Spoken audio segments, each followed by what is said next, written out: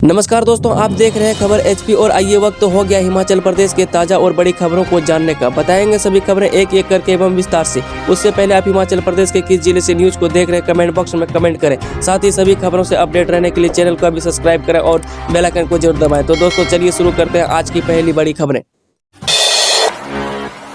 किसानों के लिए बड़ी खबर, इस दिन खाते में आएंगे 2000 रुपये। जी हां, केंद्र सरकार जल्द ही पीएम किसान योजना की अगली किस्त जारी कर सकती है।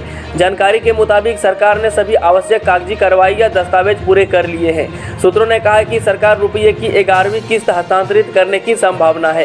प्रधानमंत्री किसान सम्मान निधि योजना के तहत 11 करोड़ किसानों के बैंक खाते में 2000 रुपये 11वीं किस्त अप्रैल से जुलाई अप्रैल के पहले सप्ताह में ट्रांसफर की जाएगी। नालागढ़ में मेडिकल डिवाइस पार्क 810 करोड़ के 15 MOU साइन, 300 लोगों को मिलेगा रोजगार। जी हां, जिला सोलन के नालागढ़ में मेडिकल डिवाइस पार्क स्थापित करने के लिए सरकार ने सोमवार को चंडीगढ़ में निवेशकों के साथ 810 करोड़ के 15 समझौता ज्ञापन साइन किए। उद्योग विभाग के निदेशक राकेश प्रजापति और अतिरिक्त निदेशक तिलक शर्मा की मौजूदगी में ये MOU साइन हुई।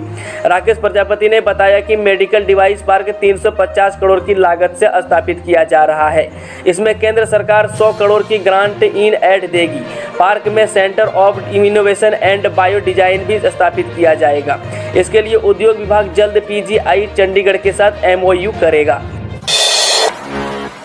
हिमाचल सरकार 41 तहसीलदार नियमित और 14 नायब पदोन्नत किए। जी हां, सरकार ने वर्ष 2017 से 2022 तक के 41 तदर्थ तहसीलदारों को रेगुलर किया है। 14 नायब तहसीलदार पदोन्नत कर दिए हैं। प्रधान सचिव राजस्व ओंकार शर्मा ने इस संबंध में सोमवार को अधिसूचना भी जारी कर दी है। हिमाचल स्कूल शिक्षा बोर्ड 2115 केंद्रों पर होगी 12वीं कक्षा के विद्यार्थियों की टर्म 2 की परीक्षाएं। जी हिमाचल प्रदेश स्कूल शिक्षा बोर्ड की 12वीं कक्षा के नियमित विद्यार्थी की टर्म 2 की परीक्षाएं मंगलवार से शुरू होगी। इस दौरान प्रदेश भर में बनाए गए 2125 केंद्रों की करीब 87,871 छात्र छात्राएं परीक्षा देगी।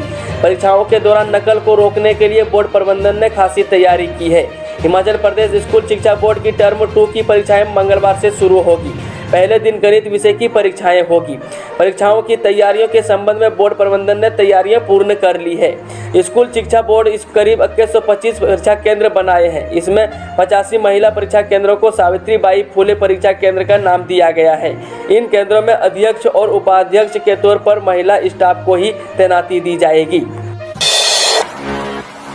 सरकार ने जारी की अधिसूचना, हिमाचल में अब साल भर हिम केयर कार्ड का पंजीकरण। जी हां, हिम केयर कार्ड का पंजीकरण अब पूरे साल होगा। अभी इसकी अवधि जनवरी से मार्च 3 महीने थी। हिमाचल प्रदेश सरकार ने इसकी अधिसूचना जारी कर दी है। अब अप्रैल से इस व्यवस्था को लागू माना जाएगा। मुख्यमंत्री जयराम ठाकुर ने बजट भाषण में इसकी घोषणा की थी। हिमाचल में 2,40,000 लोगों ने हिम केयर कार्ड बनाए हैं। इन लोगों को उपचार के लिए 218 करोड़ रुपये की निःशुल्क चिकित्सा सुविधा प्रदान की है।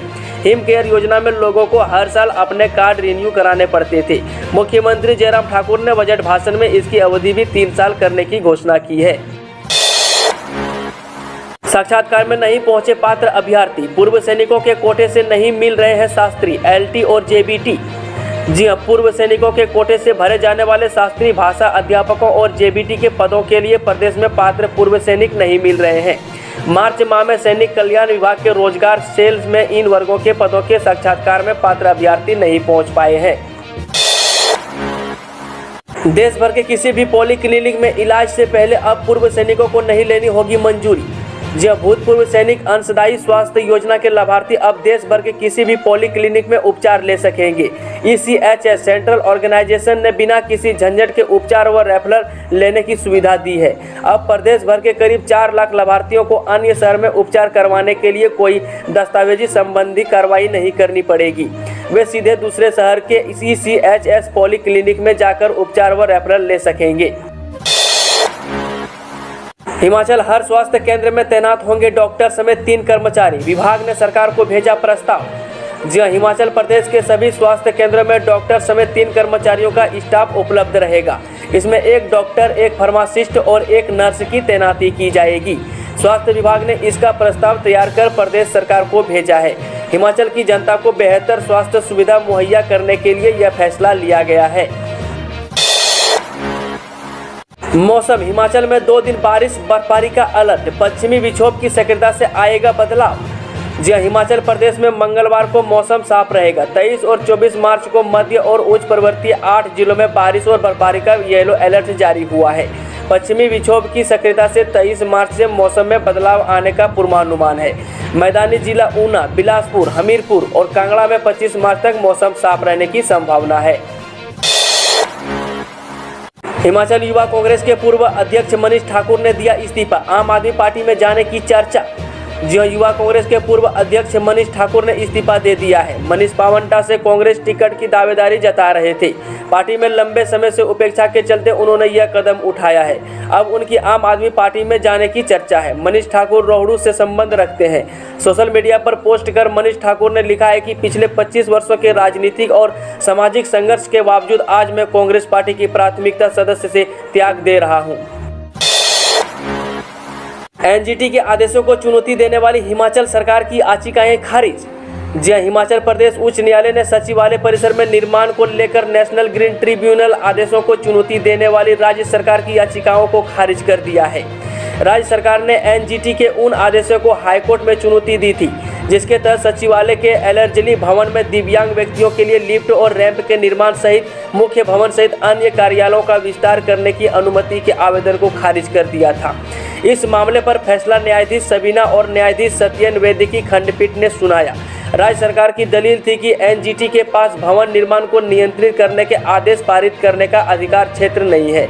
ऐसे मामले वन, पानी और पर्यावरण संरक्षण अधिनियमों के दायरे में नहीं आते हैं। सीएम जयराम बोले, हिमाचल में 5 नहीं 15 से 20 साल तक रहेगी भाजपा सरकार। जी मुख्यमंत्री जयराम ठाकुर ने कहा कि सरकार के बाद फिर सरकार बनती है। यह उत्तराखंड, उत्तर प्रदेश और गोवा में विधानसभा चुनाव के परिणाम ने दिखा दिया है। अब हिमाचल में भी ऐसा होगा। 5 साल बाद फिर भाजपा सरकार आएगी।